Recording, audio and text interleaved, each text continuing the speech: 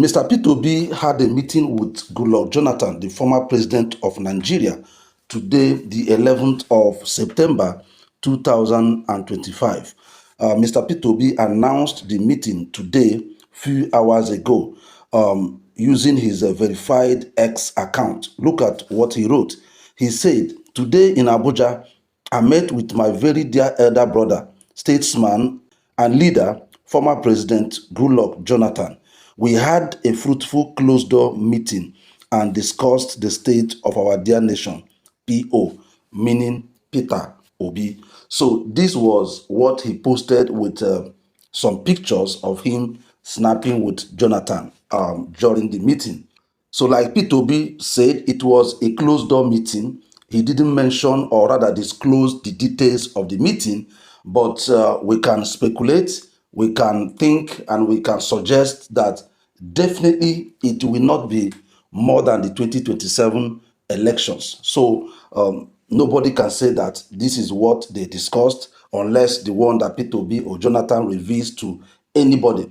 But for now, whatever they discussed is not yet made public, but they met today, 11th of September 2025, and they discussed. One point we must note is that Jonathan and P2B, their relationship is not now. They have this cordial relationship even when Jonathan was president. Remember, Obi was part of his economic team, even as a sitting governor and even being in Abuja. Jonathan, brought him in as part of his economic team. And Jonathan spoke very highly of Obi even during the 2023 elections. I want you to take a look at that. If by divine providence you win the election, your first responsibility is to unite Nigeria. Without unity, we cannot solve our security problems. Without unity, we cannot solve our economic problems. So if you unite Nigeria, that is the beginning of a new Nigeria and a revolution, development or otherwise, that will take place. I've been listening to comments from, of course, the political leaderships, and sometimes even our supporters do more damage than on our behalf. And I must commend you because your utterances so far have not shown any division. I must commend you on that. And just keep doing what is right, because you are to be if you win, you'll be a president for the whole nation. You'll not be a president for any group of people. But I must commend the Labour Party, the utterances. Though sometimes people complain about the media, social media supporters.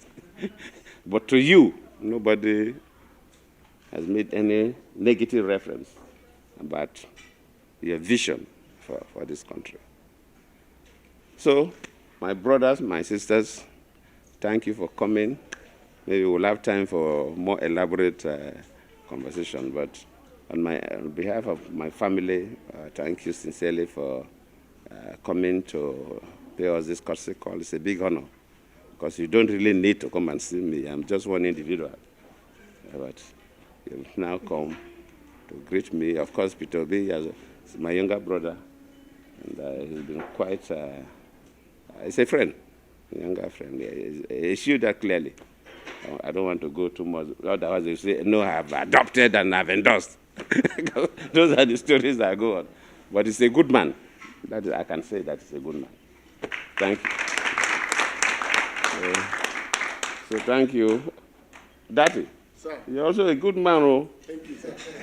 And I know you before today. Thank you, sir. So I know you're a good man. Thank you, sir. So thank you.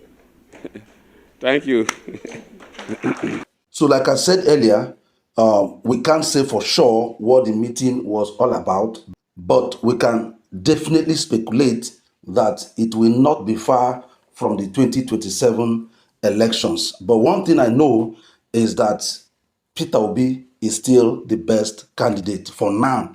Now, why do we push for Mr. Peter Obi? Why do we think that Mr. P2B is the best? Well, we have his record as the Anambra State governor when he was governor, and his records speak for him. And let me say some of the things why we must support and push Peter Obi to be our president. Number one is security. P2B was able to achieve a great success in the area of security as Anambra State governor. It is on record that Anambra State became the safest state in Nigeria for 5 consecutive years when P2B was the governor of Anambra State. That was what the IG of police, as at that time, testified. Now, some police officers and some military officers that worked with Peter Obi have come out to say their own part of the story that this man did very well. And then Anambra indigents, those that saw him, those that saw his governance, also testified that this man was able to sanitize Anambra security-wise. That is number one. Number two is education. P2B so much revived the education in Anambra State. It is not something that is hidden. Anambra came from 26th in WAEC to number one. That was a feat that no other governor in Nigeria has ever done. In fact, he became so successful in education that even World Bank came to understudy what he did. So after the study, they recommended what he did for other African countries to copy and do the same. Then number three is healthcare. P2B did so well in healthcare that he won the Brigade Award for being the best in the Southeast in the area of health. So we can go on about what this man did, that he came first. But overall, P2B won the Millennium Development Goal Award. Now, this award seals everything. He became the first, number one, in Nigeria in the implementation of the Millennium Development Goal. And if you know MDG goals, you know that it covers every area of development, meaning that this man improved Anambra better and made Anambra better than he made it when compared to every other 35 governors in Nigeria of his time, including his Lagos counterpart. That is what this man did. MDG covers every area of development, including health, education, security, infrastructure. So Obi came first when it was analyzed, and he got an award for that. That tells you that if this man becomes our president, so many of the things that we complain about, he will be able to ensure that we begin to tackle them and we begin to see results. And I don't want to talk about industrialization. This man attracted so many industries in Anambra. I can go on and on and on. But because of time, I will stop here. The truth is that with P2B as our president, indeed, I can assure you that Nigeria will move from consumption to production, and we will see a new Nigeria indeed. Thank you, and God bless you.